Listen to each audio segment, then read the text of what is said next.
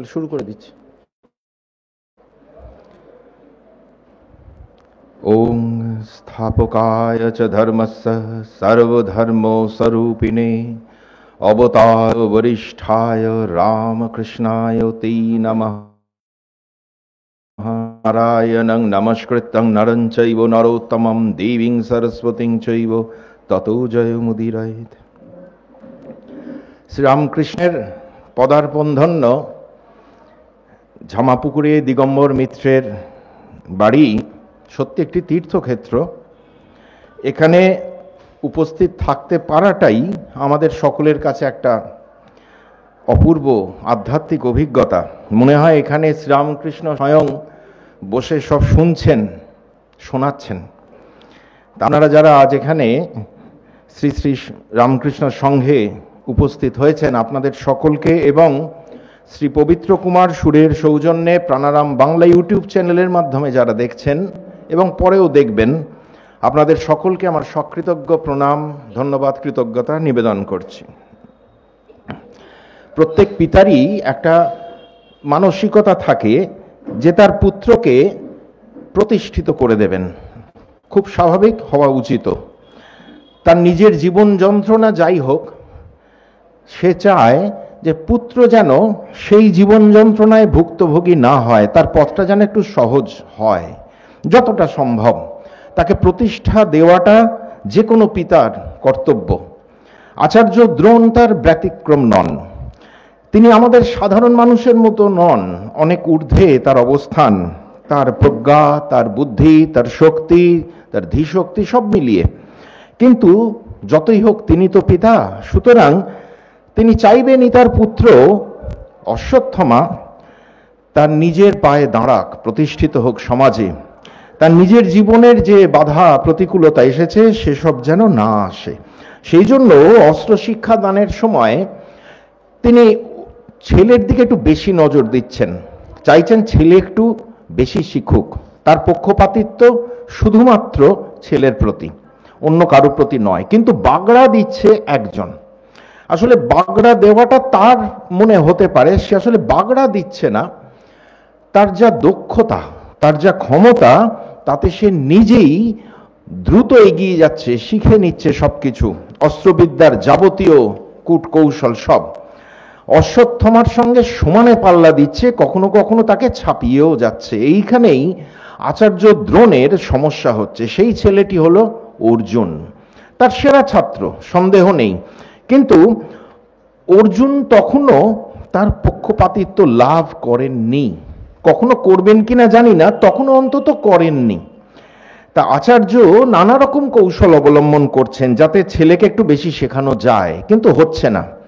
তিনি একদিন আশ্রমের পাচককে একান্তে ডেকে খুব নিম্নস্বরে বললেন, কখনো অন্ধকারের মধ্যে অর্জুনকে খেতে দিও না, আর আমার এই কথাটা যেন জানতে না পারে অর্জুন। তাহলে দ্রোণ জানেন অর্জুন অন্ধকারের মধ্যে যদি খেতে পারে, যেরকম বুদ্ধিমান ছেলে সে, হয়তো অন্ধকারের নির্ভুল লক্ষ্যে তীরবিদ্ধ করে দিতে পারে। অন্তত একটা ব্যাপারে সবার থেকে এগিয়ে থাকুক অশ্বত্থমা, এটাই চাইছিলেন দ্রোণাচার্য। কেননা ধনুর্বিদ্যায় এই শব্দভেদী বাণ নিক্ষেপ করাটাই হলো চূড়ান্ত এবং শেষ শিক্ষা। এটা তিনি নিজের পুত্র ছাড়া আর কাউকে শেখাবেন না। এতদিনে অস্ত্রবিদ্যার বিবিধ বিষয় শিক্ষা হয়ে গেলেও আচার্য এটা শেখানোর নাম করছেন না। দীর্ঘদিন ধরে কঠোর পরিশ্রম করে বেশিরভাগ শিক্ষার্থী ক্লান্ত হয়ে পড়ে। অনেক কিছু শেখায়, খানিকটা আত্মতৃপ্তি এসে যায়, ফলত এই দুরূহ শিক্ষাটি তাদের অধরা থেকে যায়। কিন্তু যে ছাত্র মেধাবী, পরিশ্রমী এবং নিজের শিক্ষা বিষয়ে অত্যন্ত সিরিয়াস, একমাত্র সেই বুঝতে পারে যে কতটা শেখা হলো আর কতটা বাকি রয়ে গেল। এমন ছাত্রের কাছে ভাগ্যদেবী ধরা দিতে বাধ্য হবেনি, সে আচার্য যতই চেষ্টা করে থাকুন না কেন। যে শিক্ষাটি আচার্য দ্রোণ লুকিয়ে রেখে দিয়েছিলেন, সবাই অস্ত্র শিক্ষা শেষ করে চলে গেলে পুত্রকে আলাদা করে শেখাবেন বলে, সেটা বড় অদ্ভুতভাবে করতলগত হয়ে গেল তার সেরা ছাত্রটির। সেদিন রাতে 5 পাণ্ডব ভাই একসঙ্গে খেতে বসেছে। হঠাৎ দমকা হাওয়ায় নিভে গেল প্রদীপখানি। অর্জুন আপন মনে অন্ধকারের মধ্যে খেয়ে যেতে লাগলো। একটু পরেই তার খেয়াল হলো, আরে অন্ধকারের মধ্যে খেতে তো কোনো অসুবিধা হচ্ছে না, ও অন্ধকারের মধ্যে তাহলে তীর চালানোও তো যেতে পারে, লক্ষ্যভেদ করা সম্ভব হতে পারে। কত বড় অসাধারণ শিক্ষার্থী! এই রকম শিক্ষার্থী হওয়া উচিত। জীবনের প্রতিটি মুহূর্তে শিক্ষাকে সে গ্রহণ করেছে। খাবার সময়ও তার শিক্ষা কথা ভাবছে, সে যেটা নিয়ে কাজ করছে সেইটা। এই রকম শিক্ষার্থী হওয়া উচিত। শিক্ষার্থীর আদর্শ আমি মনে করি অর্জুন, কারণ প্রত্যেকটা মুহূর্তে, জীবনের প্রতিটা মুহূর্তে সে শিক্ষাকে অঙ্গীভূত করে নিয়েছে। খাবার সময়ও ভাবছে কিভাবে স্থির লক্ষ্যে আমি তীর নিক্ষেপ করতে পারি। তা যেই ভাবা সেই কাজ। সেই রাতে শ্রান্ত ক্লান্ত সকল শিক্ষার্থী যখন ঘুমে অচেতন, এমনকি আচার্য দ্রোণও, তখন মাঠে নেমে পড়লেন অর্জুন। অন্ধকারে একটা কল্পিত লক্ষ্যের দিকে সে মুহুর্মুহু বাণ বর্ষণ করে যেতে লাগলো। নিস্তব্ধ রাতে এই জ্যা নির্ঘোষ শুনে আচার্য দ্রোণ দৌড়ে বাইরে বেরিয়ে এলেন এবং এই দৃশ্য দেখে একেবারে হতবাক। বুঝতে পারলেন এক বিরল প্রতিভার অধিকারী এই অর্জুন, যাকে সবসময় শিখিয়ে পড়িয়ে পথ চলা শেখাতে হয় না, তার অন্তর্গত বিপুল প্রতিভাই নবনব আবিষ্কারের মধ্যে দিয়ে তৈরি করে নেয় নিজের চলার পথটি। এমন শিষ্যকে ভালো না বেশে পারা যায়। এমন শিষ্যই তো গুরুর মাথার মুকুট। অর্জুনকে জড়িয়ে ধরলেন দ্রোণাচার্য। অভিভূত আচার্যের কণ্ঠ থেকে শতোৎসারিত হলো সেই পরম কথাটি, আজ থেকে তোমাকে আমি এমন অস্ত্র শিক্ষা দেব যাতে তোমার মতো ধনুর্ধর আর কেউ থাকবে না, এই আমি তোমায় কথা দিলাম। একে কখনোই পক্ষপাতিত্ব বলা যুক্তিসঙ্গত হবে না। এটা পুরস্কার, একই সঙ্গে আশীর্বাদও, যা আপন যোগ্যতায় অর্জন করেছেন অর্জুন। এ প্রসঙ্গে দ্রোণাচার্যের আর এক প্রতিভাবান শিষ্যের কথা একটু বলে নেওয়া। মহাভারতে ঠিক এই রকম ভাবেই ঘটনাক্রম সাজানো আছে। সে হলো কর্ণ। কর্ণ যে সুতপুত্র তা দ্রোণাচার্য জানতেন, কিন্তু তাই বলে কর্ণকে অস্ত্র শিক্ষা দিতে তিনি কখনো আপত্তি করেননি। কৃপাচার্যের আশ্রমে সেই প্রাথমিক শিক্ষা পর্ব থেকেই কর্ণ মনে মনে ঈর্ষা করত অর্জুনকে। কারণে অকারণে তাকে কটু কথা শোনাতো, অনর্থক প্রতিদ্বন্দ্বিতা সৃষ্টি করে অর্জুনকে অপমান করে মজা পেত।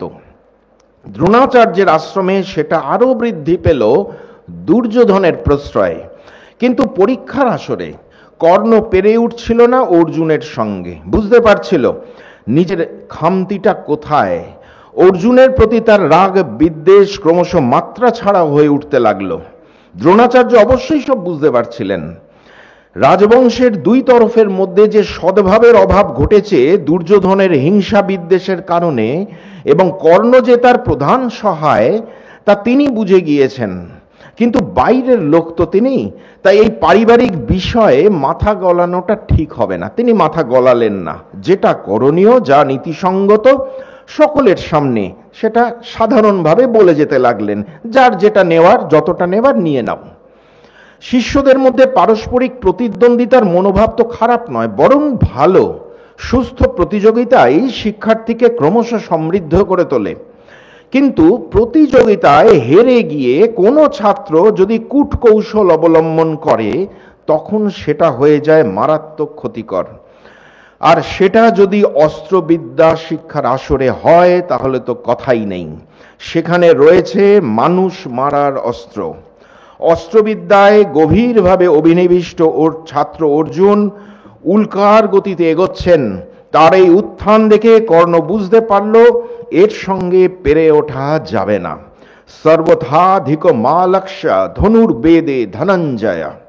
তাই অর্জুনের সঙ্গে টক্কর দিতে গেলে হাতে এমন এক অমোঘ অস্ত্র চাই, যাতে অর্জুনের কোনো অস্ত্র শিক্ষাই কাজে আসবে না। চাই ব্রহ্মাস্ত্র, আর সেটা আছে আচার্য দ্রোণের কাছে। কর্ণের জীবন যন্ত্রণার পিছনে যেমন ভাগ্য বিপর্যয়ের একটা ভূমিকা ছিল আমরা জানি, তেমনি ছিল তার সারা জীবনের বেশ কয়েকটি ভুল সিদ্ধান্ত। তার প্রথম ভুল সিদ্ধান্ত আমাদের মনে হয় অস্ত্রশিক্ষায় পূর্ণ মনোনিবেশ না করে দুর্যোধনের মতো একটা হিংসুটে ছেলের বন্ধুত্ব করা এবং অর্জুনকে স্পর্ধা করা। দ্বিতীয় ভুল সিদ্ধান্তটি কর্ণ এবার নিল। একদিন আচার্য দ্রোণকে নির্জনে একা পেয়ে তার কাছে নিবেদন করল মনের কথাটা।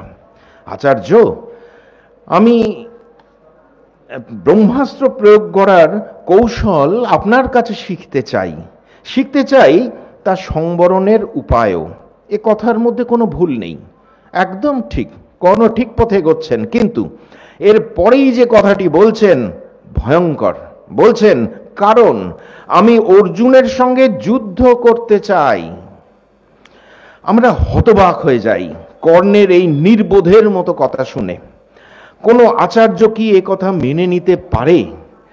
এর পরে আবার নিজের কথার পিছনে যুক্তি সাজাতে কর্ণ বলছে, সমস্ত শিষ্যের ওপরেই দেখছি আপনার সমদৃষ্টি, এমনকি নিজের পুত্রের সঙ্গে শিষ্যদের ভেদ করেন না। আমি আপনার কাছে সব রকম অস্ত্র শিক্ষা করলাম, অথচ অস্ত্রবিদেরা আমাকে অশিক্ষিত বলল। এমনটা যেন না হয়। খানিকটা আচার্যকে যেন শিক্ষা দেওয়া হচ্ছে, এমনটি যেন না হয়। আপনার এটা করা উচিত মনে করিয়ে দিচ্ছে। এই চাটুকারিতায় দ্রোণাচার্যের মন আদৌ বিগলিত হলো না। বহু জীবন সংগ্রামে পোড় খাওয়া মানুষ তিনি, বরং স্তম্ভিত হয়ে গেলেন একথা শুনে যে কর্ণ অর্জুনের সঙ্গে যুদ্ধ করতে চায়। এখনো তো অস্ত্র শিক্ষা সম্পূর্ণ হলো না, কর্ণ অর্জুনের সঙ্গে যুদ্ধ করবে। তাছাড়া যে মহার্ঘ অস্ত্রটি কর্ণ চাইছে তা অস্ত্র শিক্ষা শেষ হলে আচার্যরা তাদের উপযুক্ত শিষ্যকে এটি দিয়ে থাকেন। এটাই চিরাচরিত রীতি। কই, সব দিক থেকে যোগ্য হওয়া সত্ত্বেও অর্জুন তো এখনো চাইল না। আচার্যের সামনে স্পষ্ট হয়ে গেল দুজনের তফাৎটা। বিনা আয়াসে যে সর্বোচ্চ ক্ষমতা অর্জন করতে চায়, সে যত বড় অস্ত্রবিদই হোক না কেন, চরিত্রগত দিক থেকে সে বড় অসংযত, হঠকারী, অপরিণত বুদ্ধি। ব্রহ্মাস্ত্র ধারণের ক্ষমতা তার অন্তত নেই। আচার্যের দেওয়া নীতিশিক্ষা তাহলে কর্ণ সেভাবে গ্রহণ করেননি।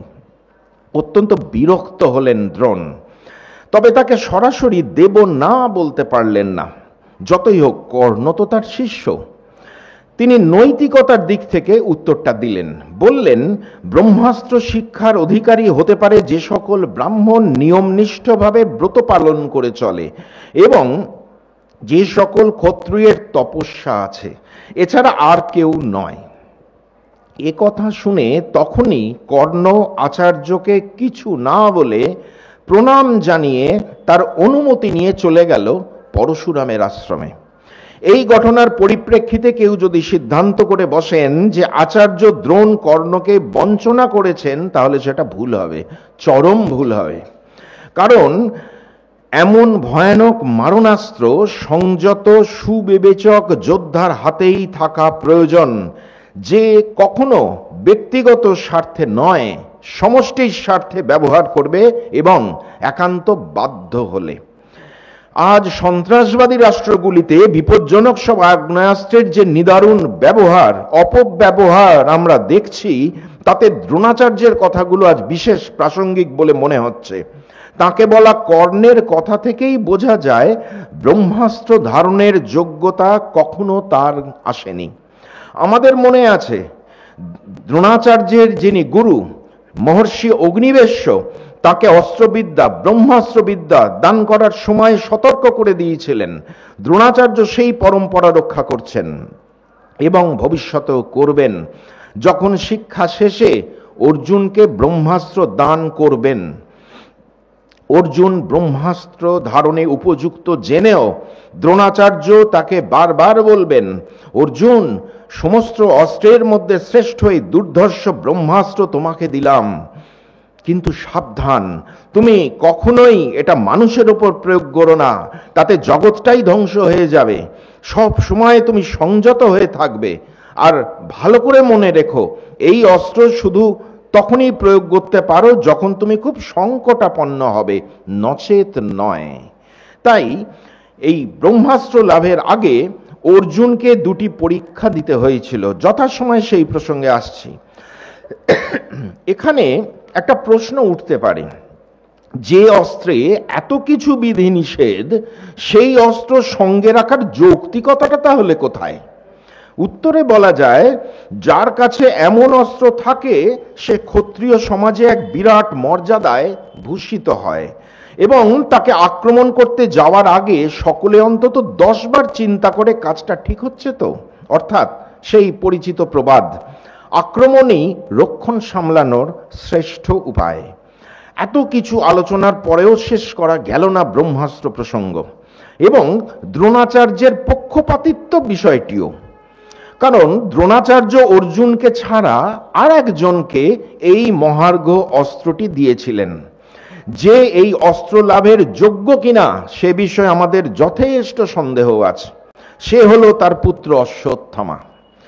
অস্ত্রবিদ হিসেবে তার সুখ্যাতি থাকলেও যে চারিত্রিক গুণগুলির কথা আচার্য বলেছিলেন তার যথেষ্ট খামতি ছিল অশ্বত্থামার। সে ছিল স্বভাবগতভাবে ক্রোধী এবং অসংযমী প্রকৃতির। দ্রোণাচার্য কি আর সেটা বুঝতেন না? অবশ্যই বুঝতেন, তবু তাকে দিয়েছিলেন। এক্ষেত্রে তার গুরুসত্তার চেয়ে পিতৃসত্তা অধিক প্রাধান্য পেয়েছিল, যেটা কখনো অভিপ্রেত নয়। আর আমরা দেখিও সারা কুরুক্ষেত্র যুদ্ধে প্রয়োজন পড়লেও অর্জুন ব্রহ্মশির বা ব্রহ্মাস্ত্র কিংবা বিখ্যাত পাশুপতাস্ত্র যেখানে প্রয়োগই করল না, সেখানে যুদ্ধক্ষেত্রের বাইরে কোনোভাবে আক্রান্ত না হয়েও অশ্বত্থামা সেই অস্ত্র প্রয়োগ করে বসল পাণ্ডবদের বংশ নির্বংশ করতে। তাকে প্রতিহত করতে বাধ্য হয়ে পাল্টা ব্রহ্মাস্ত্র প্রয়োগ করতে হয়েছিল অর্জুনকে এবং নারদ ও ব্যাসের নির্দেশে তা সংবরণও করে নেয় অর্জুন। এই সংবরণের বিদ্যা অশ্বত্থামার ছিল না। তাহলে কেন দিতে গেলেন তাকে এই শিক্ষা আচার্য দ্রোণ? মহাভারতকার জানাচ্ছেন, যে চারিত্রিক শুদ্ধতা থাকলে ব্রহ্মাস্ত্র সংবরণের ক্ষমতা আসে, অর্জুনের তা থাকলেও অশ্বত্থামার নেই। তার এই খামতির কথা জানা সত্ত্বেও দ্রোণ তাকে ব্রহ্মাস্ত্র প্রদান করেছিলেন। অবশ্যই এটা তার পক্ষপাতিত্ব। দ্রোণাচার্য কি ভুলে গিয়েছিলেন তার পিতার কাছে ব্রহ্মাস্ত্র থাকা সত্ত্বেও তিনি তো তাকে সেটা দেননি? মহর্ষি অগ্নিবেশের কাছে রীতিমতো যোগ্যতার প্রমাণ দিয়ে সেটা তাকে পেতে হয়েছিল। তবে এত কিছু বলা সত্ত্বেও দ্রোণাচার্য আত্মপক্ষ সমর্থন করে বলতেই পারেন, কই আমার জীবৎকালে অশ্বত্থামা তো কোনো অসংযত আচরণ করেনি, অস্ত্রের অপব্যবহার করেনি। কথাটা অবশ্য ঠিক। তবে এর পরের যে ঘটনাটা মহাভারতে বলা হয়েছে সেটি দ্রোণাচার্যের জীবনের অন্যতম কলঙ্কিত অধ্যায়।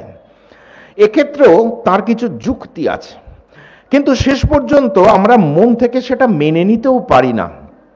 সেটি আপনাদের খুব প্রিয় একটি প্রসঙ্গ, একলব্য।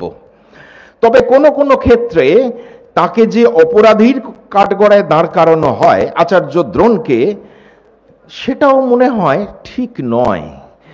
বিষয়টি আমরা পুঙ্খানুপুঙ্খ রূপে বিশ্লেষণের চেষ্টা করছি, দেখছি মহাভারতের কবি ঠিক কি বলেছেন।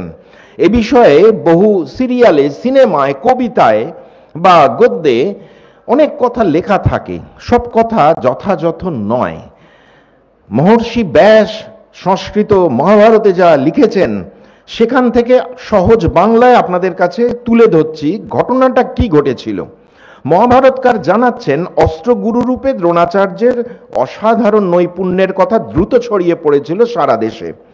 অস্ত্র শিক্ষার অভিলাষে হাজার হাজার রাজা ও রাজপুত্র এসেছিল তার কাছে। একদিন নিষাদরাজ হিরণ্যধনুর পুত্র একলব্য অস্ত্র শিক্ষা করতে উপস্থিত হলো আচার্যের কাছে। গায়ের রং কালো, ধূলি ধূসরিত দেহ, মাথায় ঝাঁকড়া চুল প্রায় জটার রূপ ধারণ করেছে, পরনে মৃগচর্ম, অরণ্যচারী মানুষ যেমন হয় আর কি। নিষাদ রাজ্য ছিল উত্তর রাজস্থানের কাছে। বিশিষ্ট মহাভারত গবেষক শ্রী নৃসিংহ প্রসাদ ভাদুরী জানিয়েছেন, এই জনগোষ্ঠী ভারতবর্ষের প্রাচীনতম। মহাভারতেরও আগে তৈত্তিরীয়, বাজসনেয়ী প্রভৃতি সংহিতা গ্রন্থ এবং রামায়ণেও তাদের উল্লেখ আছে। তারা কিন্তু শূদ্র সম্প্রদায়ভুক্ত ছিল না, ছিল অনার্য, অর্থাৎ আর্য নয়। আমরা যেমন অবাঙালি বলি সেই রকম অনার্য, যারা আর্য নয়। বেদের সময় থেকেই তাদের নিজস্ব বৈশিষ্ট্য বা আইডেন্টিটি ছিল, যা শূদ্র সম্পর্কিত যে ধারণা তার সঙ্গে ঠিক মেলে না। মাঝে মাঝেই আর্যদের সঙ্গে তাদের বিরোধ ঘটেছে, তবে শেষ পর্যন্ত উভয় পক্ষই মিউচুয়াল আন্ডারস্ট্যান্ডিং এর মাধ্যমে নিজেদের জায়গায় স্থিত হয়েছে। পারস্পরিক মেলামেশা বা প্রয়োজনে অপরকে সাহায্য করতেও দেখা গেছে দুপক্ষকেই। কুরুক্ষেত্র যুদ্ধে কৌরব পাণ্ডব দুপক্ষই ছিল নিষাদরা।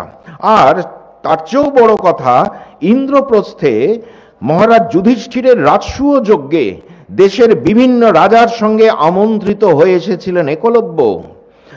কৃষ্ণ নিন্দায় মুখর শিশুপালের মুখে শোনা গেছে একলব্যের নামও। সুতরাং অনার্য হলেও তাদের মর্যাদা ছিল। এহেন একলব্যকে শিষ্যরূপে গ্রহণ করলেন না দ্রোণাচার্য একটাই কারণে, রাজপুত্রের সঙ্গে নিষাদ পুত্রের একত্র শিক্ষা গ্রহণ সঙ্গত নয় মনে করে। এই নিয়ে এখনো বিতর্ক আছে। স্বাভাবিকভাবেই অনেকে এক্ষেত্রে জাতিভেদ প্রথা বা বর্ণবৈষম্যবাদের কথা তোলেন। দ্রোণাচার্য নাকি এর সমর্থক ছিলেন বলেই একলব্যকে গ্রহণ করেননি। কিন্তু সত্যি কি তাই? দ্রোণাচার্য নিজে তো উচ্চ ব্রাহ্মণ কুলে জন্মগ্রহণ করে ব্রাহ্মণ্য সংস্কার মেনে নিয়েও বৃত হয়েছিলেন ক্ষত্রিয় ধর্মে। তার শিষ্যকুলে সারথীপুত্র কর্ণ তো ছিল দীর্ঘদিন। সুতরাং তিনি জাতিভেদ প্রথার সমর্থক এই কথাটি খাটে না। বরং আসল কারণটা মনে হয় এই যে হাজার হাজার রাজপুত্রের মাঝে একজন মলিন বেশভূষা ও ভিন্ন সংস্কৃতির অরণ্যবাসীর ছেলেকে রাখলে সেই সকলের কাছে উপহাসের পাত্র হয়ে উঠত। সেটা তার কাছে মর্যাদার হানি হতো, হয়তো নিগৃহীতও হতো। আর একলব্য কি পারত রাজপুত্রদের সঙ্গে মিলেমিশে শিক্ষা গ্রহণ করতে? দুর্ভাগ্যের কথা, অনুদার মানসিকতা আগে যেমন ছিল আজও এই অতি আধুনিক সভ্য সমাজেও আছে, আমাদের মধ্যে আছে। আর এই অনুদারতা বা উচ্চ নিচ ভেদাভেদ শুধু জাতিগত ক্ষেত্রে নয়, এটি রয়েছে আরো বিস্তৃত আকারে অনেক ক্ষেত্রে, যেমন অর্থ, শিক্ষা, পদমর্যাদা, লিঙ্গ, দৈহিক রূপ, শক্তি, বংশ ইত্যাদি। আজও কি আমরা এই সকল ক্ষেত্রে অনুদার মানসিকতাকে দূর করতে সক্ষম হয়েছি? একটা দীর্ঘস্থায়ী ক্রনিক ব্যাধির মতো আমাদের রক্তে মজ্জা এটা মিশে রয়েছে, অন্যকে ছোট চোখে দেখা। এবং শুধু ভারতবর্ষে নয়, আমেরিকা, ইউরোপেও এটা আছে, আমরা জানি। আশার কথা এই, আজও অনেক শুভ বুদ্ধিসম্পন্ন মানুষ আছে যারা অনুদার নয়, তবে সমস্যাটা চিরকালীন। সুতরাং বিপুল সংখ্যক রাজপুত্রের মাঝে একা নিষাদ পুত্রের অবস্থান সুখকর হবে না বুঝেই হয়তো আচার্য দ্রোণ তাকে গ্রহণ করতে পারলেন না। দ্রোণের কাছে প্রত্যাখ্যাত হয়ে একলব্য অবনত মস্তকে আচার্যকে প্রণাম করে ফিরে গেল। কোনো অশ্রদ্ধা প্রকাশ নয়, ঔচিত্যের প্রশ্ন তুলে আচার্যকে বিব্রত করাও নয়, কোনো সিদ্ধান্ত পুনর্বিবেচনার জন্য অনুরোধ করাও নয়, তৈলমর্দনও নয়। একলব্যের এমন নীরব প্রস্থান আমাদের অভিভূত করে, তার প্রতি শ্রদ্ধায় আমাদের মস্তক অবনত করে। নিজের আরণ্যক গৃহাঙ্গনে আচার্য দ্রোণের এক মৃন্ময় মূর্তি গড়ে একলব্য সেটিকেই পরিণত করে ফেলল অস্ত্র শিক্ষার আসর। আমি অবশ্যই ধনুর্ধর হব, এই দৃঢ় প্রতিজ্ঞা গ্রহণ করে দিনের পর দিন, ঘন্টার পর ঘন্টা একাগ্র চিত্তে অমানসিক পরিশ্রম করে যেতে লাগলো একলব্য। অত্যন্ত দ্রুততার সঙ্গে স্বরগ্রহণ, লক্ষ্য সন্ধান এবং অব্যর্থ লক্ষ্যভেদে সফল হলো সে। শুধু তাই নয়, ধনুর্বিদ্যা শিক্ষার যে চূড়ান্ত পাঠ, শব্দভেদী বাণ ক্ষেপণ, তাতেও সফল হয়ে গেল একলব্য। একদিন আপন মনে তীর নিক্ষেপ অভ্যেস করতে করতে একলব্য বিরক্ত হলে একটি কুকুরের অবিরাম চিৎকারে। মুহূর্তের মধ্যে সে 7টি বাণ মেরে কুকুরের মুখটা বন্ধ করে দিল। কুকুর দৌড়ে গিয়ে হাজির হলো কাছে মৃগয়ারত কুরকুমারদের কাছে। তারা তো এই দৃশ্য দেখে অবাক, মনে মনে তারা লজ্জাবোধ করলো। বলছেন মহাভারতের কবি, নিজেদের এই অসামর্থ্যের কথা ভেবে স্বাভাবিক কৌতূহলে এমন অসাধারণ তীরন্দাজকে খুঁজতে খুঁজতে তারা উপস্থিত হলো একলব্যের গৃহাঙ্গনে। পরিচয় জানতে চাইলে একলব্য বলল, আমি নিষাদরাজ হিরণ্যধনুর পুত্র এবং দ্রোণাচার্যের শিষ্য একলব্য। এই ধনুর্বেদ শিক্ষা করতে আমি অনেক পরিশ্রম করেছি। একটা আত্মতৃপ্তির সুর একলব্যের কণ্ঠে। দ্রোণাচার্যের শিষ্য, এমন অসাধারণ অস্ত্রবীর, একটা অরণ্যচারী। বিস্মিত কুমারগণ আচার্য দ্রোণের কাছে এসে সব নিবেদন করলো। এইখান থেকে ঘটনাগুলো মন দিয়ে শুনবেন, কি ঘটেছিল, আমাদের অনেক ভুল ধারণার অবসান হবে। দ্রোণাচার্য সব শুনলেন, কিন্তু কিচ্ছু বললেন না। সেদিন কিছুই বললেন না, তার কদিন পরেও কিছু বললেননি। কোনো প্রতিক্রিয়াও তার মধ্যে দেখা গেল না। ব্যাপারটাকে মনে হয় গুরুত্বহীন বলে তার মনে হলো। কিন্তু তার চিত্তচাঞ্চল্য ঘটল যখন তার প্রিয় শিষ্য অর্জুন তাকে একান্ত নিভৃতে বলল, আচার্য, আপনি একদিন আমায় বলেছিলেন আপনার কোনো শিষ্যই আমার চেয়ে ধনুর্বিদ্যায় শ্রেষ্ঠ হবে না। তাহলে আপনারই অপর শিষ্য একলব্য কিভাবে আমার বা অন্য বীরদের চেয়েও শ্রেষ্ঠ হলো? আমরা স্পষ্টত লক্ষ্য করি অর্জুনের মনে ঈর্ষার সঞ্চার হয়েছে। না হলে অর্জুন তো বলতেই পারত, আপনার শিষ্য একলব্য আমার চেয়েও দেখছি ভালো অস্ত্রবিদ্যা শিখেছে, আমি কিভাবে অস্ত্রবিদ্যায় তাকে অতিক্রম করে যাব? আপনি আমাকে সেই শিক্ষাই দিন না। না, অর্জুন তো এ কথা বলেননি। কোনো ছাত্র যদি প্রথম শ্রেণী থেকে বারবার প্রথম হতে হতে দশম শ্রেণীতেও প্রথম হয়ে যায়, তখন তার মধ্যে আত্মবিশ্বাসের পাশাপাশি একটা অহংকারও চলে আসে, যার ফলে অন্যের শ্রেষ্ঠত্ব সে আর মেনে নিতে পারে না। উচ্চাকাঙ্ক্ষা রয়েছে অথচ নিরহংকার, এমনটা মনে হয় না। আবার কারো মধ্যে নিরহংকার বা ঈর্ষাশূন্যতা থাকলে জাগতিক ক্ষেত্রে উচ্চাকাঙ্ক্ষা নিয়ে চূড়ান্ত সফল হওয়াও হয়তো যায় না। জগতের এটাই স্বাভাবিক নিয়ম। যে একাগ্রতা ও দৃঢ় ইচ্ছা শক্তি নিয়ে অর্জুন এগোচ্ছে তার চূড়ান্ত লক্ষ্যের দিকে, তার শেষ পর্যায়ে এসে এমনভাবে দ্বিতীয় স্থানে চলে আসবে, এটা ভাবতেই পারেনি অর্জুন। আচার্যের সত্য রক্ষা নিয়ে যখন তার প্রশ্ন উঠল, তখন আচার্য কিছুক্ষণ চিন্তা করলেন, তারপর কর্তব্য স্থির করলেন। অর্জুনকে সঙ্গে নিয়ে রওনা দিলেন একলব্যের সন্নিধানে। মুখে কিছু না বললেও অনুমান করতে পারি অর্জুনের কথা শুনে তিনি ক্রুদ্ধ হয়েছেন। এমনিতে দ্রোণাচার্যের ক্রুদ্ধ হওয়ার কথা নয়, কারণ যাকে তিনি প্রত্যাখ্যান করেছেন সে তাকেই কিনা গুরুরূপে বরণ করে সিদ্ধ হয়েছে এবং নিজেকে তাঁরই শিষ্য বলে পরিচয় দিয়ে গর্ববোধ করছে। এতে তো বিরক্ত হওয়ার কথা নয়। বিপরীত পক্ষে আচার্যের বিরক্ত হওয়ার কথাও, কারণ অস্ত্রশিক্ষা গুরুমুখী বিদ্যা। গুরুর কাছ থেকে শিক্ষার কোনো প্রয়োজনই হলো না একলব্যের। আচার্য তাকে শিক্ষা না দিলেও সে ঢুকে গেল তার শিষ্যমণ্ডলীতে। ঘটনাটির দুটি পরস্পর বিরোধী দিক আছে, এটা কিন্তু মনে রাখতে হবে। বোধহয় এ কারণেই আচার্য প্রথম যখন এটি শুনেছিলেন তখন কোনো প্রতিক্রিয়া দেননি, কিন্তু তার সত্য রক্ষা নিয়ে যখন প্রশ্ন উঠল তখন তিনি ক্রুদ্ধ হলেন। বর্তমান যুগে বসে আমাদের পক্ষে এটা হৃদয়ঙ্গম করা একটু কঠিন, কারণ আমরা অনেকেই প্রয়োজনে অপ্রয়োজনে মিথ্যা কথা বলি, অন্যকেও করতে দেখি এবং সেটাকে আমাদের অজুহাত হিসেবে ব্যবহারও করি।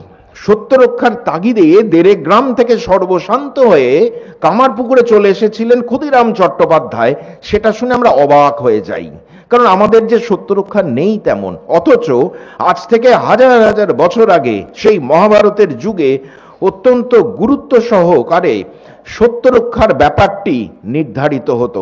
মহাভারতের বেশ কয়েকটি দৃষ্টান্ত আছে, একটু স্মরণ করিয়ে দিচ্ছি।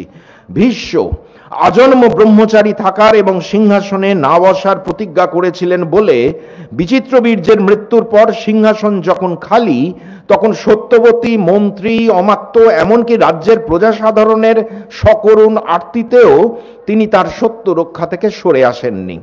গান্ধারী কোনোদিনও দুর্যোধনকে বিজয় লাভের আশীর্বাদ কিংবা বেঁচে থাকার জন্য কোনো রক্ষা কবচ দান করেননি, কেননা দুর্যোধন সত্য পথ থেকে ভ্রষ্ট হয়েছিল। কুন্তী ধর্ম সংকটে পড়ে অত্যন্ত চিন্তান্বিত হয়েছিলেন যখন দ্রৌপদীকে না দেখে বলে ফেলেছিলেন 5 ভাগ করে নিতে। শরণাগতকে আশ্রয় দান জীবনের সত্যব্রত করেছিলেন বলেই ধর্মরাজ যুধিষ্ঠির স্বর্গগমনের আমন্ত্রণকে প্রত্যাখ্যান করেছিলেন সামান্য একটা কুকুরের জন্য।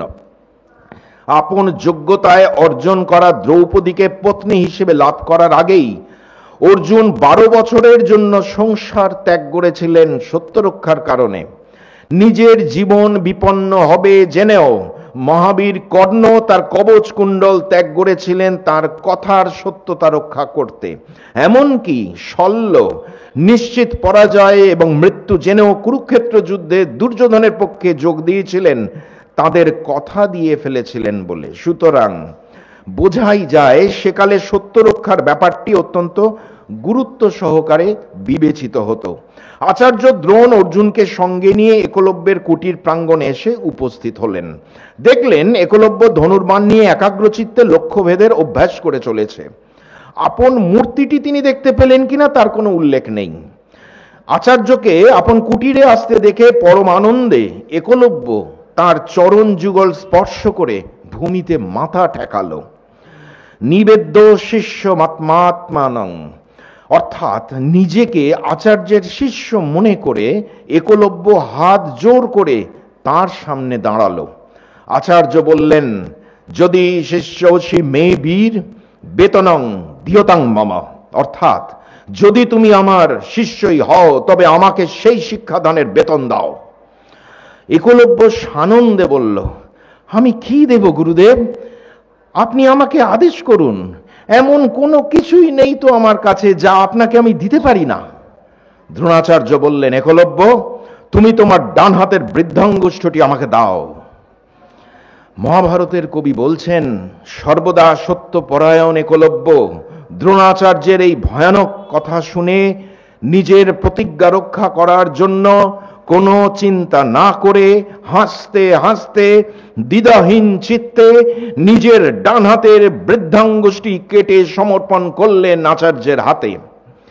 আচার্যের তখন কেমন লেগেছিল, কি করলেন তিনি এই মহার্ঘ গুরুদক্ষিণাটি নিয়ে, তার কোন কাজে এলো সেটা লেখা নেই মহাভারতে। বরং মহাভারতের কবি পরম মমতায় এঁকেছেন একলব্যের চিত্র। সে রক্তাক্ত হাতে বাকি 4টি আঙুল দিয়ে তীর নিক্ষেপ করে যেতে লাগলো। ক্ষতির পরিমাণটা ঠিক কতটা দেখলো। আগের মতো সে আর তীর নিক্ষেপ করতে পারছে না। বারবার চেষ্টা সত্ত্বেও ফলাফল একই। তীর ছোড়ার আসল আঙুলটাই যে তার গুরুদেব কেড়ে নিয়েছেন। সারা জীবনের স্বপ্ন ভেঙে চুরমার হয়ে গেল। কিন্তু কোনো অনুতাপ নয়, কোনো প্রশ্ন বা প্রতিবাদ নয়, গুরুকে কোনো রকম অশ্রদ্ধা বা অসম্মান করাও নয়। একলব্য আপন মনে শুধু অভ্যাস করে যেতে লাগলো তার প্রিয় ধনুর্বিদ্যাটি। মহাভারতের কবি মন্তব্য করছেন, অর্জুন সন্তুষ্ট হলো, তার দুশ্চিন্তা দূর হলো এবং দ্রোণাচার্যের সত্যতা রক্ষিত হলো। অর্জুন অবশ্য জানত না আচার্য একলব্যের কাছে এসে কি করবেন। ঘটনাটা এমন আকস্মিকভাবে ঘটে গেল যে অর্জুনের কিছু বলার সুযোগই ছিল না। তবে একলব্য ক্ষতিগ্রস্ত হওয়ায় অর্জুন যে স্বস্তির নিঃশ্বাস ফেলেছে, মহাভারতের কবি বলছেন, তাতে বোঝা যায় একলব্যের প্রতি ঈর্ষা বা হিংসা অর্জুনের মধ্যে ছিল, যেটা আমাদের ব্যথিত করে। তবে পরবর্তীকালে অর্জুনের জীবনে কারো প্রতি কোনো ঈর্ষাই আমরা কিন্তু দেখি না। ওই একবারই এই ঈর্ষার একটু প্রকাশ দেখা গিয়েছিল অর্জুনের মধ্যে, এরপরে আর কখনো ঘটেনি এরকম। স্বভাবতই মনে প্রশ্ন জাগে, এত মহার্ঘ এক গুরুদক্ষিণা দিয়ে একলব্য কি পেল? তার সততা, সাহস, শ্রদ্ধা, আনুগত্য, নিষ্ঠা এবং কঠোর পরিশ্রমের কোনো মূল্য রইল না। দ্রোণাচার্যকে এই বিষয়ে কেউ কোনো প্রশ্ন করেনি। ব্যাপারটা প্রায় ধামাচাপা পড়ে যায় পরবর্তী কতগুলো গুরুত্বপূর্ণ ঘটনার চাপে। কিন্তু এত হাজার বছর পরেও আমাদের মন কিন্তু উতলা হয় একলব্যের কথা ভেবে। আমরা যদি আচার্য দ্রোণকে এই নিয়ে প্রশ্ন করতাম এবং তিনি যদি এর উত্তর দিতেন, তবে কি হতে পারত দ্রোণাচার্যের যুক্তি? আমরা আমাদের সীমিত সামর্থ্যে একটু ভেবে দেখতে পারি। হয়তো দ্রোণাচার্য বলতেন, আমি আমার সত্য রক্ষার জন্য, আমার দেওয়া কথাকে রক্ষা করার জন্য এটা করেছি। সত্য রক্ষা আমার কাছে সবচেয়ে বড় ধর্ম। দ্বিতীয়ত, অস্ত্রবিদ্যা এমনই একটা বিষয় যা দেশের সার্বভৌমত্ব যেমন রক্ষা করে, তেমনি সভ্যতাকে ধ্বংসও করে। ভবিষ্যতে একলব্য যদি কোনো অনৈতিক কাজ করে কিংবা হস্তিনাপুরের বিরুদ্ধেই অস্ত্র ধারণ করে, তবে তার দায় গুরু হিসেবে আমাকেও তো নিতে হতো। তৃতীয়ত, কুরু রাজবংশ থেকে আমাকে দায়িত্ব দেওয়া হয়েছে তাদের রাজপুত্রদের সেরা অস্ত্রবিদ করে তোলার জন্য। আমি যে তাদের পাশাপাশি অন্যান্য রাজবংশের ছেলেদেরও একইভাবে অস্ত্র শিক্ষা দিচ্ছি, আমার এই স্বাধীনতাতেও ভীষ্ম কিংবা ধৃতরাষ্ট্র কখনো হস্তক্ষেপ করেননি। কিন্তু তাদের বংশের ছেলে অর্জুনকে যখন ছাড়িয়ে যেত একলব্য, তখন তাদের কাছে তো আমাকে জবাবদিহি করতে হতো। কি বলতাম তখন? চতুর্থত, অস্ত্র শিক্ষা করার এবং সর্বশ্রেষ্ঠ অস্ত্রবিদ হয়ে, ধনুর্বিদ হয়ে ওঠার অধিকার সকলের আছে, কোনো সন্দেহ নেই। কিন্তু আমার শিষ্য বলে পরিচয় দিতে গেলে আমার অনুমতি তো নিশ্চয়ই লাগবে। আমার অনুমতি ছাড়াই আমাকে তার গুরু বলে পরিচয় দেওয়া কি মিথ্যার আশ্রয় নেওয়া হলো না? আশ্চর্যের বিষয় এটাই, দ্রোণাচার্য এগুলো বলতেই পারতেন। এগুলো আমরা আমাদের মতো করে যুক্তিগুলো সাজিয়ে নিয়েছি। আচার্যের দিক থেকে এই যুক্তিগুলো কিন্তু ভুল নয়। আমাদের অনুমান সাপেক্ষে তিনি এই কথাগুলো বলতেই পারেন। তবে এর বিরুদ্ধেও আমরা কিন্তু বলতে পারি, একলব্যের কাছে গুরু দক্ষিণা নিয়ে সেই তো আপনি তার গুরু হয়ে স্বীকৃতই হয়ে গেলেন। তবে হ্যাঁ, এমন গুরু যিনি কিনা নির্দয়, নির্মম।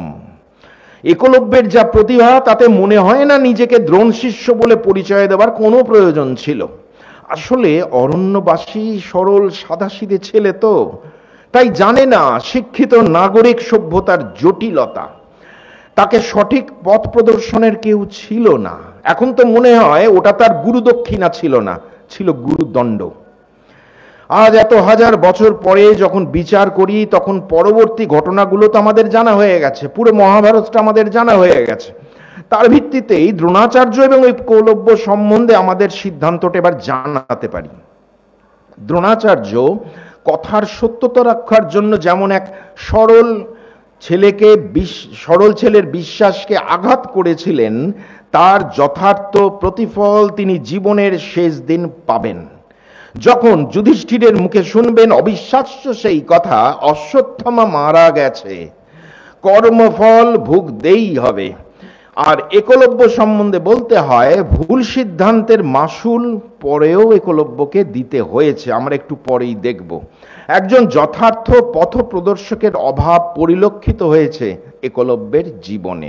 এই প্রসঙ্গে একটি স্বল্প জ্ঞাত এবং স্বল্প আলোচিত তথ্য নিবেদন করা যাক।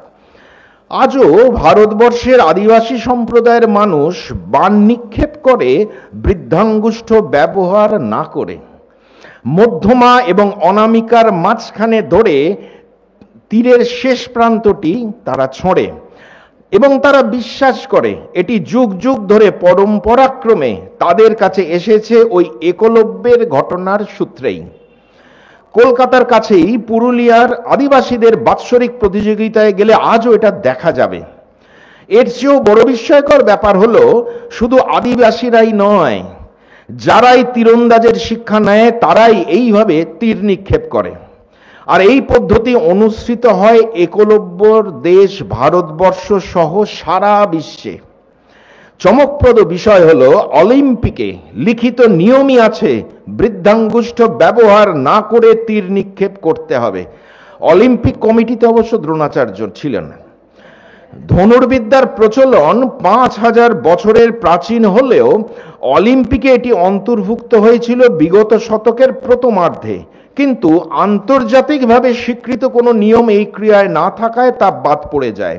1930-এর দশকে আন্তর্জাতিক আর্চারি ফেডারেশন গঠিত হলে তীরন্দাজি স্থায়ীভাবে অন্তর্ভুক্ত হয় অলিম্পিক গেমসে। প্রাচীনকালে ভারতবর্ষ ছাড়াও পারস্য, গ্রিস, ম্যাসিডোনিয়া, চীন প্রভৃতি দেশে ধনুর্বিদ্যার ব্যাপক প্রচলন ছিল। তবে বৃদ্ধাঙ্গুষ্ঠ ব্যতি রেখে তীর ছোঁড়ার প্রচলন প্রথম কবে কোথায় হয়েছে সেই ইতিহাস আজও আমাদের অজানা। মহাভারতের ঘটনা 5000 বছরের প্রাচীন, এবং মহাভারত সূত্রেই আমরা জানতে পারছি তখন তীর নিক্ষেপে বৃদ্ধাঙ্গুষ্ঠের ব্যবহার হতো। তাহলে কি অনার্য সভ্যতার প্রতিনিধি একলব্যের হাত ধরেই তীর ছোঁড়ার এমন কৌশল পরবর্তীকালে ভারত ছাড়িয়ে বহির্বিশ্বে প্রচলিত হয়েছিল?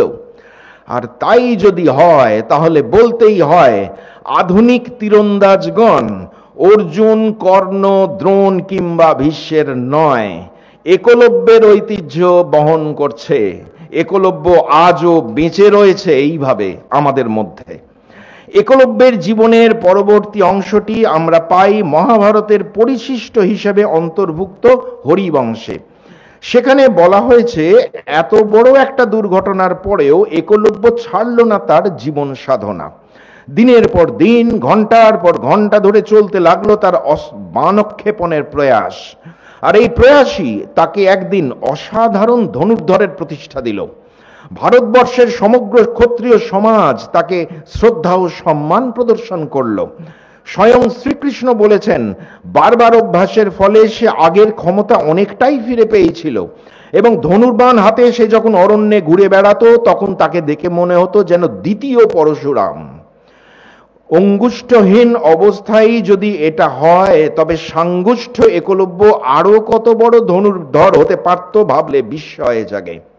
তার প্রতিষ্ঠা তখন এত সর্বজন পরিচিত হয়ে গিয়েছিল যে ধর্মরাজ যুধিষ্ঠির, একটু আগেই বলেছি, রাজসূয় যজ্ঞে ভারতবর্ষের বিভিন্ন রাজার সঙ্গে তাকেও আমন্ত্রণ জানিয়েছিল, এবং একলব্য এসেও ছিল। জরাসন্ধের নেতৃত্বে যে কৃষ্ণ বিরোধী গোষ্ঠী তৈরি হয়েছিল তাতে শিশুপাল, শল্য নয় কিন্তু শাল্য, নরকাসুর, পৌন্ড্র বাসুদেবের পাশাপাশি একলব্যের নাম পাচ্ছে। এটা খুব ইন্টারেস্টিং। নরকাসুরের মৃত্যুর প্রতিশোধ নিতে যুদ্ধনীতি ভেঙে রাতের অন্ধকারে দ্বারকা আক্রমণ করে পৌন্ড্র বাসুদেব। এর জায়গাটা ছিল আমাদের এই বাংলায়, মালদা, দিনাজপুর, বর্তমান বাংলাদেশের কিছু অঞ্চল, এই জায়গাটা নিয়ে। এখানে পৌন্ড্র বাসুদেব রাজত্ব করত। সেই পৌন্ড্র বাসুদেব দ্বারকা আক্রমণ করেছিল নরকাসুরের মৃত্যুর প্রতিশোধ নিতে। সেই দলে অন্যতম সেনানায়কের ভূমিকা পালন করে একলব্য। বলা বাহুল্য যাদববীররা প্রস্তুত ছিল না এই নৈশ আক্রমণের জন্য। পরবর্তীকালে কৃষ্ণের মুখে আমরা শুনছি ভয়ঙ্কর এক ধনুকাতে কালান্তক জমের মতো সেদিন রণক্ষেত্রে বিচরণ করেছিল একলব্য। এতটাই ক্ষিপ্রহস্ত তার যে একবারে 30টা-35টা করে বাণ নিক্ষেপ করছিল অবলীলায়। ফলে মুহূর্তের মধ্যে বিধ্বস্ত হয়ে গিয়েছিল যাদব সৈন্য দল। সেখানে এমন কোন যাদববীর ছিল না যে যাকে একলব্যের বাণ এসে আঘাত করেনি। এমনকি শ্রীকৃষ্ণকেও আঘাত করেছিল তার বাণ। যাদব বাহিনীর বিরুদ্ধে দারুণ পারদর্শিতার কারণে একলব্য সগর্বে বলে উঠেছিল, আমি মহাবীর একলব্য। সাত্যকী, তুমি তো নিজেকে বড় শক্তিমান ভাবো, কিন্তু আমার হাত থেকে আজ পালাবে কোথায়? আর এই যে লাঙ্গলধারী বলরাম, দিমাকে তো তোমার পা পড়ে না মাটিতে, এখন গদা নিয়ে যাচ্ছ কোথায়? পালিয়ে যাচ্ছ নাকি? বোঝা যাচ্ছে এই একলব্য আর সেই আগের সরল সিধে একলব্য নয়। দারুণ অস্ত্র শিক্ষার কারণে অহংকার এসে বাসা বেঁধেছে তার মনে। ফলত বিচার বিবেচনায় ভুল হয়ে যাচ্ছে। তার এই তর্জন গর্জনের ফল মারাত্মক হলো। বলরাম বা সাত্যকীর মতো মহাবীরগণ এসব মুখ বুজে সহ্য করার মানুষ নন। পাল্টা আক্রমণ শুরু করলেন তারা। সাত্যকী পৌন্ড্র বাসুদেবের সঙ্গে এবং বলরাম একলব্যের সঙ্গে ভীষণ যুদ্ধ চলল বহুক্ষণ ধরে। দেখা গেল বলরামের চেয়েও অধিক ক্ষিপ্রতায় বাণ বর্ষণ করে একলব্য তার অনেক বেশি ক্ষতি করে দিয়েছেন। কিছুক্ষণ পর বলরাম নিক্ষিপ্ত শক্তি নামক এক ভয়ঙ্কর অস্ত্রের আঘাতে মাটিতে বসে পড়ল একলব্য। তার ধনুক ভেঙে গেল। বলরাম তাকে কিচ্ছু করলেন না, যুদ্ধনীতি ভাঙবেন না বলে, যদিও একলব্য নিজের যুদ্ধনীতি ভেঙেছেন রাত্রে যুদ্ধ করে। তবে একলব্যের সৈন্যদের মেরে শেষ করে দিলেন বলরাম। তারাও সংখ্যায় বিপুল। কিছুটা সুস্থ হয়ে নিয়ে আবার উঠে দাঁড়ালো একলব্য, এবার হাতে গদা নিয়ে। গদাযুদ্ধ বিশারদ বলরামের বিরুদ্ধে এই আক্রমণ একলব্যের কাল হয়ে দাঁড়ালো। শুরুটা ভালোই করেছিল একলব্য, যুদ্ধ চলছিল সমানে সমানে। এখানে কৃতিত্ব দিতে হবে একলব্যকেই, কারণ তার ডান হাতের বৃদ্ধাঙ্গুষ্ঠ না থাকা সত্ত্বেও কিভাবে যে গদা নিয়ে লড়ছিল সেটা বাস্তবিক অভাবনীয়। তবে এক সময় আর পেরে উঠছিল না, একটু দূরে সরে গিয়ে তার ভয়ানক গদাটি ছুঁড়ে মারল বলরামের উদ্দেশ্যে। সামান্য আঘাত পেয়ে বলরাম সেটাকে পাল্টা ছুঁড়ে দিলেন একলব্যের দিকে। সেই আঘাত থেকে বাঁচতে একলব্য লাফিয়ে নেমে পড়ল রথ থেকে। তার সঙ্গে বাহুযুদ্ধ করতে বলরাম এগিয়ে এলো। রথ থেকে নেমে পড়লে অস্ত্র প্রয়োগ করা যায় না, তখন বাহুযুদ্ধ করতে হয়। বলরাম এগিয়ে এলো একলব্যের দিকে। একলব্য এবার কিন্তু ভয় পেয়ে গেল এবং দৌড় লাগালো উল্টো দিকে। বলরাম তাড়া করলেন।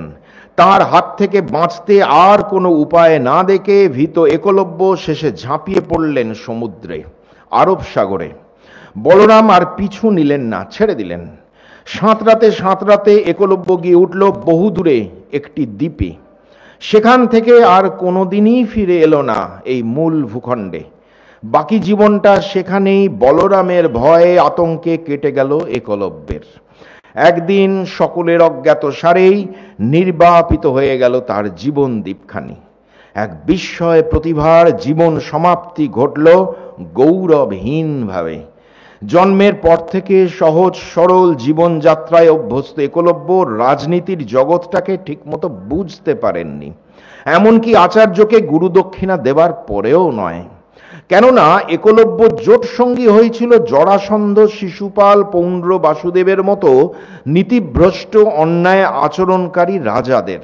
প্রথম দিকে তাদের প্রতাপ বেশি থাকলেও ক্রমশ শক্তি ক্ষয় হয়ে যাচ্ছিল। কুরুক্ষেত্র যুদ্ধেরও আগে তাই বড় সাধারণভাবে শেষ হয়ে গেল তার জীবন।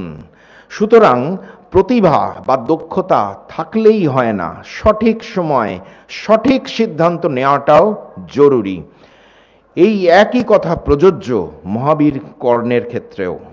আমরা ফিরে আসি আমাদের মূল আলোচনা প্রসঙ্গে। আচার্য দ্রোণের আশ্রমে এক একজন রাজকুমার এক এক অস্ত্র চালনায় পারদর্শী হয়ে উঠলেন। ভীম ও দুর্যোধন গদাযুদ্ধে, অশ্বত্থামা গুপ্ত অস্ত্রে, যুধিষ্ঠির রথযুদ্ধে, নকুল ও সহদেব অসি যুদ্ধে। কিন্তু সব রকম অস্ত্রবিদ্যায় শ্রেষ্ঠত্ব অর্জন করলেন অর্জুন। মহাভারতের কবি বলছেন, দ্রোণাচার্য সকলকে একসঙ্গে অস্ত্র শিক্ষা দিলেও অর্জুন আপন দক্ষতায় শ্রেষ্ঠত্বের আসন অধিকার করল। দ্রোণাচার্য একদিন ধনুর্বিদ্যার ওপর একটি পরীক্ষা নিলেন।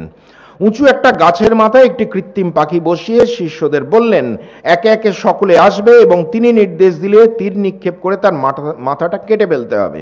লক্ষণীয়, তিনি কিন্তু একটি পাখিরই ব্যবস্থা রেখেছেন। বুঝে গিয়েছেন কি একজন ছাড়া আর কেউ পারবে না। দেখা গেল তার অনুমানটাই সঠিক। একজনই নিখুঁত লক্ষ্যে তীরবিদ্ধ করল, সে হলো অর্জুন।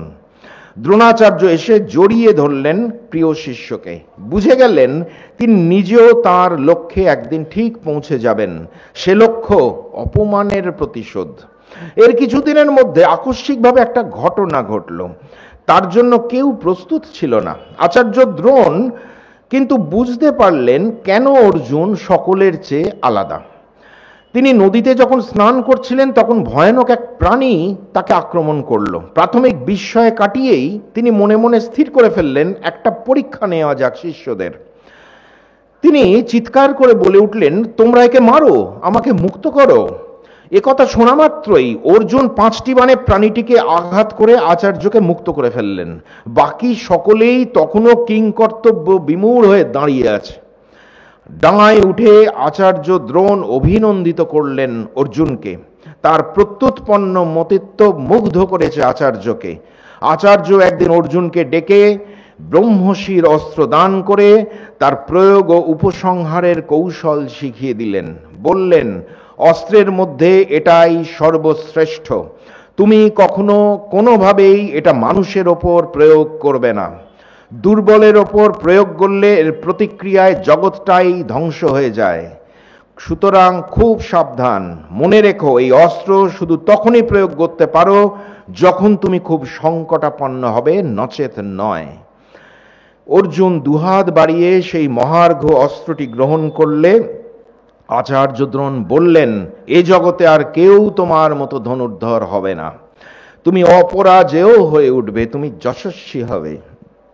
কুরু রাজকুমারদের অস্ত্র শিক্ষাদান শেষ হলে আচার্য দ্রোণ তাদের কেমন শিখিয়েছেন সেটা রাজবাড়ির সদস্যদের সামনে দেখাতে চাইলেন। সেই সঙ্গে দেখুক সমস্ত নগরবাসী। একটা প্রদর্শনী আয়োজন করার ইচ্ছে হলো তার। হস্তিনাপুরে এসে ভরা রাজসভায় দাঁড়িয়ে তিনি মহারাজ ধৃতরাষ্ট্রকে বললেন, আপনি যদি অনুমতি দেন তবে রাজকুমাররা অস্ত্র শিক্ষায় কেমন পারদর্শী হয়েছে সেটা আপনাদের সামনে দেখাতে পারি। ধৃতরাষ্ট্র সানন্দে সম্মতি জানিয়ে বিদুরকে দায়িত্ব দিলেন। আচার্য যেমনটি চাইছেন যেন তেমন ব্যবস্থা করা হয়। দ্রোণাচার্য বিদুরকে সঙ্গে নিয়ে অস্ত্র প্রদর্শনীর উপযুক্ত বিস্তৃত সমতল ক্ষেত্র পছন্দ করে জায়গা মাপ করে নিলেন। তারপর শিল্পী মিস্ত্রিদের নিয়ে মহারাজ এবং রাজবাড়ির সকল সদস্যদের বসার জন্য আলাদা আলাদা ব্যবস্থা করলেন। শুভ তিথি দেখে বাস্তু পূজা করে আচার্য নির্দেশ দিলেন সারা রাজ্যে প্রচার করে দিতে, যাতে আগ্রহী মানুষরা এসে দেখতে পায়। এই সংবাদে তো চারিদিকে হই হই শুরু হয়ে গেল। সম্পন্ন ব্যক্তিরা নিজেদের খরচে রঙ্গভূমির পাশে উঁচু মঞ্চ তৈরি করালেন। বাড়ির মহিলাদের এখানে আসার জন্য প্রচুর পালকির ব্যবস্থা হলো। নির্দিষ্ট দিনে মহারাজ ধৃতরাষ্ট্র এসে আসন গ্রহণ করলেন। উপস্থিত হলেন ভীষ্ম, বিদুর, কৃপাচার্য, গান্ধারী, কুন্তী সহ রাজবাড়ির সমস্ত সদস্যা। সাধারণ মানুষের উৎসাহ তো দেখার মতো, তাদের উচ্চ কোলাহল যেন আকাশ ছুঁতে চাইছে। যথাসময় রঙ্গভূমিতে প্রবেশ করলেন আচার্য দ্রোণ এবং অশ্বত্থামা। সকলে নির্বাক বিস্ময়ে তাকিয়ে দেখতে লাগলো আচার্যকে। পরিধানে শুক্ল বস্ত্র, শুক্ল যজ্ঞোপবীত, শুক্ল মাল্য এবং চন্দন, সেই সঙ্গে শুক্ল কেশ ও শ্মশ্রুতে আচার্যকে দেখে মনে হচ্ছিল স্বর্গ থেকে মর্তে অবতরণ করেছেন স্বয়ং দেবগুরু বৃহস্পতি। আজ তার বড় গর্ব এবং আনন্দের দিন। প্রথমে তিনি রঙ্গভূমিতে ইষ্ট দেবতার পূজা করলেন। ব্রাহ্মণগণ করলেন স্বস্তিবাচন। ধৃতরাষ্ট্র আচার্য দ্রোণ এবং কৃপকে দান করলেন দক্ষিণাস্বরূপ স্বর্ণ, রত্ন, নানাবিধ বস্ত্র। আচার্যের নির্দেশে অন্য রাজ্যের রাজকুমাররা অস্ত্র হাতে প্রবেশ করলেন। তারপর বিচিত্র যুদ্ধসজ্জায় সজ্জিত কুরু রাজকুমাররা আপন আপন অস্ত্র নিয়ে উপস্থিত হলেন রঙ্গভূমিতে। দেখাতে লাগলেন নানা রকম অস্ত্র কৌশল। চমকিত হলো সকলেই। কিন্তু ভীম ও দুর্যোধন পরস্পরের সঙ্গে গদার লড়াই প্রদর্শন করতে গিয়ে ব্যক্তিগত বিদ্বেষ ও আক্রোশে রণভূমিতে সাংঘাতিক টেনশন তৈরি করে দিলেন।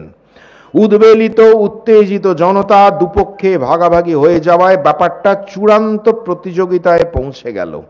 রঙ্গভূমির মর্যাদা নষ্ট হলো। দ্রোণাচার্য অশ্বত্থামাকে বললেন, তুমি গিয়ে ভীম দুর্যোধনকে থামাও, এটা রঙ্গভূমি, এভাবে জনসাধারণের মধ্যে উত্তেজনা সৃষ্টি করা উচিত নয়। অশ্বত্থামা তাদের থামালে উত্তেজনা প্রশমিত হলো বটে, কিন্তু আবারও সৃষ্টি হলো এবং আরো বেশি মাত্রায়। আচার্য রঙ্গভূমিতে শেষ চমক হিসেবে রেখেছিলেন অর্জুনকে। তিনি উচ্চকণ্ঠে ঘোষণা করলেন, আমার পুত্রের চেয়েও যে প্রিয়, সব রকম অস্ত্রে নিপুণ এবং বিষ্ণুর মতো পরাক্রমী সেই অর্জুনের অস্ত্র কৌশল এবার আপনারা দর্শন করুন। অর্জুনের অসাধারণ অস্ত্র কৌশলে সকলে স্তম্ভিত হয়ে গেল বটে, কিন্তু তারপরেই ঘটল বিপত্তি। অর্জুনের অস্ত্র কৌশল প্রদর্শন শেষ হতে না হতেই রঙ্গভূমির দ্বার প্রান্তে একটা জোর শব্দ শোনা গেল। নাটকীয়ভাবে রঙ্গভূমিতে প্রবেশ করলেন কর্ণ। এই সমগ্র অনুষ্ঠানে মর্যাদার দিক থেকে আচার্য দ্রোণের আসন ছিল সর্বোচ্চে, কিন্তু তাকে এবং আচার্য কৃপকে একটা অবহেলা সূচক সেলাম ঠুকে উদ্ধত ভঙ্গিতে কর্ণ এসে দাঁড়ালেন সামনে। তারপরেই অর্জুনকে চ্যালেঞ্জ জানিয়ে নিজের ক্ষমতাটা দেখাতে চাইলেন। দ্রোণাচার্য আপত্তি করলেন না। একদিন তো সে তার শিষ্যই ছিল, আর শিষ্য মানেই পুত্রতুল্য, তার অত দোষ ত্রুটি ধরা উচিত নয়। হয়তো এটাও ভাবলেন কর্ণ দুর্যোধনের ঘনিষ্ঠ বন্ধু, তাকে বাধা দিলে দুর্যোধন কোনো অপ্রিয় পরিস্থিতির সৃষ্টিও করতে পারে। অনুমতি পেয়ে কর্ণ অর্জুনের তুল্যই অস্ত্র কৌশল প্রদর্শন করলেন এবং আহ্লাদিত দুর্যোধন তাকে এসে জড়িয়ে ধরলেন। কর্ণের সাহস বেড়ে গেল। এবার সরাসরি অর্জুনকে দ্বন্দ্বযুদ্ধে আহ্বান করে বসলেন। বললেন, সাহস থাকে তো এগিয়ে এসো, তোমার গুরুর সামনেই তোমার মাথা কেটে মাটিতে ফেলে দেব। দুর্যোধন তাকে উৎসাহ দিলেন। স্বাভাবিকভাবেই অপমানিত বোধ করলেন অর্জুন। আচার্যের অনুমতি নিয়ে তিনি কর্ণের সঙ্গে দ্বন্দ্বযুদ্ধে অগ্রসর হলেন। রঙ্গভূমি পরিবর্তিত হতে লাগলো রণভূমিতে। চারিদিকে প্রচন্ড টেনশন শুরু হয়ে গেল। দর্শকরা দ্বিধাবিভক্ত হয়ে পড়ল। দুর্যোধন এবং তার ভাইরা সমর্থন করতে লাগলো কর্ণকে, আর দ্রোণাচার্য, কৃপাচার্য এবং ভীষ্ম অর্জুনকে। পরিস্থিতি এমন ভয়াবহ হয়ে উঠতে লাগলো যে রঙ্গভূমির উদ্দেশ্য এবং মর্যাদা রক্ষা করতে আসরে নামলেন কৃপাচার্য। দ্বন্দ্বযুদ্ধের নিয়ম উল্লেখ করে জানতে চাইলেন তিনি কর্ণের পিতৃপরিচয়। লজ্জায় ম্রিয়মাণ হয়ে গেলেন কর্ণ। আসন্ন বিপজ্জনক পরিস্থিতির অবসান হলো বটে, কিন্তু কর্ণসহ দুর্যোধনের এবং অর্জুন ও তার ভাইদের মধ্যে অনপনেও এক বিরোধের বীজ উপ্ত হয়ে গেল। খুব স্বাভাবিকভাবেই এতে খানিকটা জড়িয়ে গেলেন আচার্য দ্রোণ। অর্জুনের অস্ত্রগুরু হওয়ার কারণে ভবিষ্যতে কর্ণের কাছে বারংবার অপমানিত হবার দুর্ভাগ্য লেখা হয়ে গেল আচার্যের কপালে। এটা কিন্তু তার প্রাপ্য ছিল না কখনোই। আবার এর উল্টো দিকও আছে। গুণীর মান একজন গুণী দিতে পারেন। দ্রোণাচার্যের অসাধারণ অস্ত্রবিদ্যা, রাজকুমারদের অস্ত্রবিদ করে তোলার মতো অসাধারণ দক্ষতা, সর্বোপরি জ্ঞান, বুদ্ধি ও ব্যক্তিত্বের কারণে হস্তিনাপুর রাজসভায় তার আসন পাকা হয়ে গেল মহামতি ভীষ্মের আনুকূল্যে। দ্রোণাচার্য রাজকোষ থেকে যা পেতেন তার সঙ্গে ভীষ্ম আলাদাভাবে নিজের থেকে তাকে প্রতি মাসে মাসোহারা দিতেন। উভয়ের মানসিক নৈকট্য এমন দৃঢ় হলো যে প্রাপ্তির অপ্রাপ্তির এই বিচিত্র খেলার মাঝে দ্রোণাচার্য কিন্তু ভুললেন না তার সেই গভীর গোপন ইচ্ছাটি। একদিন সমস্ত কুরুকুমারকে ডাকলেন তিনি। শিক্ষা শেষে গুরুদক্ষিণা দেওয়া সনাতন রীতি। আচার্য এবার শিষ্যদের কাছে গুরুদক্ষিণা চাইবেন, আর গুরু যা দক্ষিণা রূপে চাইবেন শিষ্যকে সেটা দিতেই হবে। এখানে না বলা রীতিসম্মত নয়। অস্ত্র শিক্ষা দেওয়ার আগে সেই প্রথম দিন আচার্য দ্রোণ বলেছিলেন তার একটি ইচ্ছা আছে, কে সেটি পূর্ণ করবে। সেদিন একা অর্জুনই এগিয়ে এসে কথা দিয়েছিলেন। আজ কিন্তু তিনি সকলকেই বললেন তার ইচ্ছার কথাটি, সেটাই তার গুরুদক্ষিণা। দেখতে চাইলেন কার কেমন ক্ষমতা। আচার্য বললেন, পঞ্চালরাজ দ্রুপদকে জীবন্ত ধরে আনতে হবে আমার কাছে, এটাই হবে তোমাদের গুরুদক্ষিণা। গুরুদক্ষিণা চাওয়ার ব্যাপারে গুরুর সিদ্ধান্ত চূড়ান্ত স্বাধীনতা একালে না থাকলেও সেকালে ছিল। যেমন শিক্ষার ব্যাপারে নাক গলানোর কোনো অধিকার ছিল না ক্ষমতাসীন রাজার, বর্তমানে তো এটাই দেখতে আমরা অভ্যস্ত। আচার্য দ্রোণ যে গুরুদক্ষিণাটি চাইলেন সেটি স্পষ্টতই তার ব্যক্তিগত প্রতিশোধ স্পৃহা থেকে। কিন্তু এক্ষেত্রে একভাবে জড়িয়ে গেল হস্তিনাপুর রাজবংশ। ভীষ্ম, ধৃতরাষ্ট্র বা বিদুর কিছু যে বলতে পারলেন না সেটা আচার্যের মর্যাদার জন্য। তাছাড়া পঞ্চাল রাজ্য কখনোই হস্তিনাপুরের মিত্র ছিল না। উভয়ের মধ্যে বিবাদ সংঘর্ষের একটা পূর্ব ইতিহাস আছে। আরও একটা কথা, যদিও মহাভারতে খুব স্পষ্ট করে লেখা নেই, তবে সময়ের বিচার করে আমাদের অনুমান স্বঘোষিত ভীষ্মহন্তা অম্বা শিখণ্ডীকে ইতিমধ্যেই নিজের কাছে আশ্রয় দিয়েছেন পঞ্চাল রাজ দ্রুপদ। অতএব আচার্যের নির্দেশ মেনে কুরু রাজকুমাররা যদি দ্রুপদকে জব্দ করে আসতে পারে তাহলে সেটা খুব একটা মন্দ হয় না।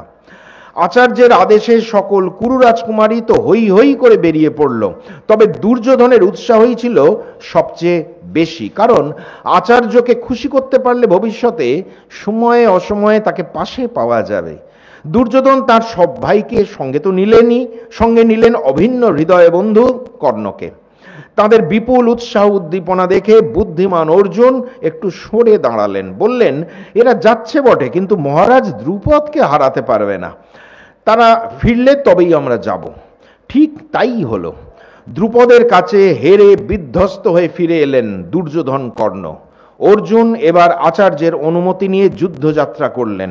শুধু জ্যেষ্ঠ ভ্রাতা যুধিষ্ঠিরকে এই সংঘর্ষের মধ্যে টানলেন না। বেশ কিছুক্ষণ যুদ্ধের পর অর্জুন বন্দী করে ফেললেন দ্রুপদকে। ভীম তখনও নির্বিচারে সৈন্য ধ্বংস করে যাচ্ছেন। অর্জুন তাকে বারণ করলেন এই বলে যে রাজশ্রেষ্ঠ দ্রুপদ কুরুবংশের আত্মীয়, সুতরাং তার আর কোনো ক্ষতি না করে আচার্য গুরুদক্ষিণা হিসেবে যা চেয়েছেন সেইটুকু পূর্ণ করলেই চলবে। অর্জুনের এই মর্যাদা বোধ দেখে দ্রুপদ বুঝলেন এই আক্রমণে ভীম অর্জুনের কোনো নিজস্ব ইচ্ছা নেই, যা করেছে তা শুধু আচার্যের নির্দেশ মেনে। ফলত পাণ্ডবদের ওপর তার কোনো রাগ হলো না, সব রাগ গিয়ে পড়ল দ্রোণাচার্য এবং তার আশ্রয়দাতা হস্তিনাপুর রাজবংশের ওপর। হৃত সর্বস্ব ভগ্নদর্প দ্রুপদ বন্দী অবস্থায় দ্রোণাচার্যের কাছে এসে উপস্থিত হলে আচার্য মিষ্টি কথায় তার কথাগুলি একে একে ফিরিয়ে দিলেন, সর্বার্থেই মধুর প্রতিশোধ। যদিও প্রতিশোধের আগুন কখনো চিরনির্বাপিত হয় না বিপুল ক্ষতি সাধন না করা পর্যন্ত। সেদিন দ্রোণাচার্য দ্রুপদকে বলেছিলেন, দ্রুপদ, তোমার রাজ্য এবং তোমার প্রাণ এখন আমার হাতে। তবে আমি ব্রাহ্মণ, ক্ষমা করাই আমার ধর্ম, তাই তোমার প্রাণের কোনো ভয় নেই। সেই কোন কালে ছোটবেলায় আমরা গুরুর আশ্রমে একসঙ্গে খেলাধুলা করে বড় হয়েছি। আমি আবারও তোমার কাছে মিত্রতা প্রার্থনা করছি, আর তোমার সম্পূর্ণ রাজ্য এই মুহূর্তে আমার অধিকারে এলেও তোমাকে তার অর্ধেক দানও করছি, বাকি অর্ধেক আমার।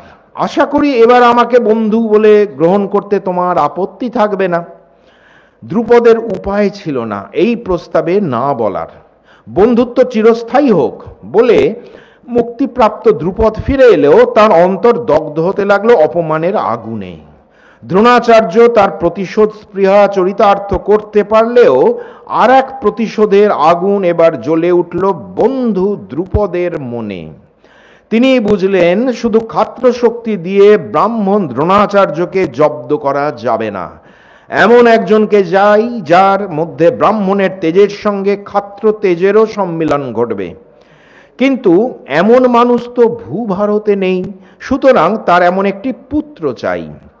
বহুকাল যাবৎ বহু স্থানে ঘুরে এক উপযুক্ত ব্রাহ্মণের সন্ধান পেলেন তিনি, যিনি তার হয়ে পুত্রেষ্টি যজ্ঞ করবেন।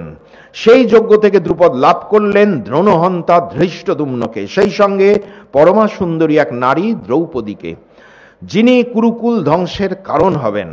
ধৃষ্টদ্যুম্নকে পেয়ে দ্রুপদ ও তার পত্নী তো বটেই, রাজ্যের সমস্ত মানুষ আনন্দে উল্লাসে এমন চিৎকার করে উঠল যা আকাশকে যেন ছুঁয়ে ফেলল, বলছেন মহাভারতের কবি। আর এই সংবাদ খুব স্বাভাবিকভাবেই এসে পৌঁছল আচার্য দ্রোণের কাছে। তিনি ভয় পাবার মানুষ নন, ভয় পেলেনও না, বরং ধৃষ্টদ্যুম্নকে নিজের কাছে ডেকে নিয়ে ভালো করে অস্ত্র শিক্ষা দিলেন।